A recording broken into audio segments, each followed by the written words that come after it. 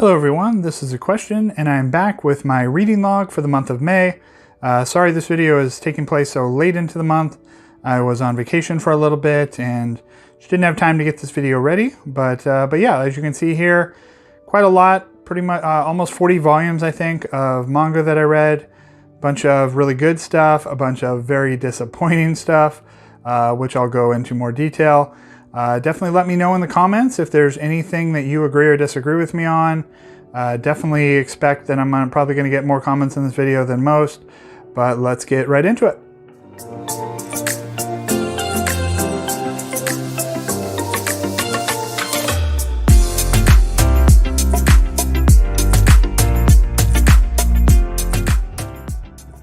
Okay, so the big thing that I read through in the month of May was all 20 volumes of Billy Bat by Naoki Urasawa. For anybody unaware, the basic premise of Billy Bat follows a Japanese-American comic book artist of a popular series, Billy Bat, who finds out that he might have unconsciously copied the character from his time in Japan. So he heads to Japan to find the original creator and gets wrapped up in a massive mystery to find out what are the actual origins of Billy Bat. So Billy Bat is probably the most famous Urasawa title that has not gotten an English release, and that is assumed to be mainly because of the similarity of one of the characters to the real-life Walt Disney. I personally didn't see what the big deal was. I didn't see anything that I would feel would get any sort of legal action from Disney, which I think is what people are expecting would happen. So if that's kind of what's holding it up, I find that weird. I definitely see that this will probably get released eventually. And but for anybody who has watched any of my previous videos, you would know that Naoki Urasawa is my favorite manga creator, and I was more excited to read Billy Bat than probably any other series in my time as a manga fan. So that is why it pains me to say I was very disappointed with Billy Bat. I'm going to be very vague with the description of Billy Bat, so I won't spoil it for anybody who hasn't read it, especially since it hasn't been officially released in English. You know, there's probably less people that have read it than Pluto, Monster, 20th Century Boys. So to start off with, the artwork is great. It's exactly what you would expect from Urasawa, but my disappointment was in the characters and the story. So this is another mystery series in a very similar vein to his hits Monster, 20th Century Boys, and Pluto. And Billy Bat just feels like a pale imitation of those better series to me. The plot is all over the place, taking place in different real-world countries, going back and forth through time and featuring real-world events. But the overarching plot of the story is about this drawn character, Billy Bat. Some of the stories that take place in different times in the US history were interesting, but the overarching Billy Bat story was so silly and kind of ridiculously over the top to me that it would draw me right out of the story. There were end of chapter pages that were supposed to be like big serious cliffhangers with like real life characters, and multiple times they had me bursting out laughing out loud with how cheesy and kind of over the top they were. But another big thing, Urasawa is known for great lead characters, and neither one of the leads in this series engaged me at all. Most of the characters' motivations were not very well written, and if this was maybe my first Urasawa book, I would feel differently about it, but this just kind of feels like him going back to the mystery well of his past hits with far less interesting characters. So that is kind of my opinion of Billy Bat. Obviously, I expected to love this, or at least really like it. Even a series like 20th Century Boys, I don't love. I still really enjoyed it and had a great time with it. This one, you know, the first volume I thought was decent. You know, I was kind of like, okay, let me see where this goes. But even pretty much straight from the start, I was like, yeah, this is kind of, you know, I wasn't that impressed even from the start. And then the last 5 or 6 volumes really took a downturn where I was giving them like 2 stars on Goodreads, which is crazy for a Urasawa book that I was going to give them 2 stars, and it doesn't end great either. So yeah, so that's my opinions on Billy Bat. Obviously, a lot of people love this series. I've heard a lot of people say it's their favorite one of his works, but yeah, just didn't do it for me. If you have opinions on it that disagree with mine or agree, let me know in the comments. Love to hear other people's thoughts on Billy Bat. Okay, so now I'm going to go through the other stuff I read this month. I'm going to try to go through stuff pretty fast. I don't want to spoil anything. I'm not going to go too deep into plot, characters, anything like that. Just kind of a quick overview of my thoughts of what I read. So first off, I read all 4 volumes of Donuts Under a Crescent Moon. This is a short but sweet Yuri office romance series, adult office romance series. And it features 2 great leads who feel like actual believable human beings, which sometimes with Yuri series we don't get. It has beautiful artwork and it has a really wholesome storyline, which wraps up nicely even with it only being 4 volumes long. This is one of the best Yuri series I've read, and I would highly recommend it for fans of Yuri in general or just fans of office romance. Highly recommended. Next up we have Chicago, volume 1 and 2. This is a 2-volume short series released by Viz in the early 2000s in English. It is left to right instead of right to left. It was published by Viz, but this is an America Extra graphic novel. And this is obviously long out of print. It is by Yumi Tamura, probably more well known for series like Basura and Seven Seeds. So I've been wanting to read some of this creator's work, and this is one of the only ones that was kind of cheaply available. I think I got both these volumes for maybe in the $10 to $15 range, so not very expensive. But this one had gotten kind of mediocre reviews online, but I gave it a shot anyways. And the reviews were pretty spot on, even with it being complete at 2 volumes. The plot was a mess. Following it was kind of, the plot's just not very good. Follows a rescue squad as they look for survivors in the rubble of an earthquake. The plot and art, they both kind of just felt like standard late 90s sci-fi action anime, and I found the whole thing pretty average. Nothing in either volume pulled me in. I'm still really interested in checking out some more of her work, especially Don't Call It Mystery, which the first volume just came out in English. Looking forward to checking that out. But yeah, this one had gotten kind of mediocre reviews, so I wasn't expecting to be blown away by this series. I just wanted to check it out, and yeah, I'm glad I bought it, but yeah, definitely not that great.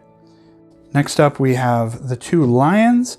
This is a high school romance BL series, and those are fairly common, but this all-in-one volume is a cut above the rest with cute characters, a simple but well-done premise, as we are introduced to these 2 boys who become friends, and then that grows into something more. It's pretty wholesome. If you like wholesome BL, this is going to be one for you. One of the better BLs that I've read. Definitely highly recommended. Next up, we have Captivated by You. This one I actually thought was going to be a BL high school series, but it's really not that. It's instead more of a almost short story collection with semi-interconnected stories following boys in an all-boys school. I read Let's Go Karaoke, that's by another title by this creator, and just like with that one, I really like the art. The art was really good in this, as you can kind of tell from this cover, but the plot and the writing just didn't really connect with me. I saw people online talking about how funny and quirky this book was, and none of that came through to me. I didn't find it funny really at all. So yeah, I will be unhauling this one. Next, we have one of the best things I read this month, and that is Sheenas Journey in this really beautiful hardcover. This is my first Miyazaki manga, although I've seen most of his films, and it's everything that I was expecting. It follows a prince whose town is facing famine, so he travels looking for a golden seed that could save his people. It's beautifully drawn in watercolor. I don't know if you would actually consider it a manga. It's more like, kind of like a manga, but it's more like a story with writing over it. But very beautifully drawn, fully realized world like you would expect from a Miyazaki work, showing the beauty and darkness of nature and humanity. And after reading this, definitely put high on my wish list that I was actually going to finally grab the Nazca box set, something that I've been wanting to pick up for a while, but I've just been putting it off. But after reading this, I definitely need to check that out. From Sheenas Journey, we go down to the worst thing by far I read this month, and that was Velveteen and Mandala. I had heard really bad things about this book, but I found it for cheap, and I had to see if I could find anything good in it.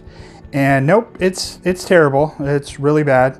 One of the only manga I've given 1 star to on Goodreads.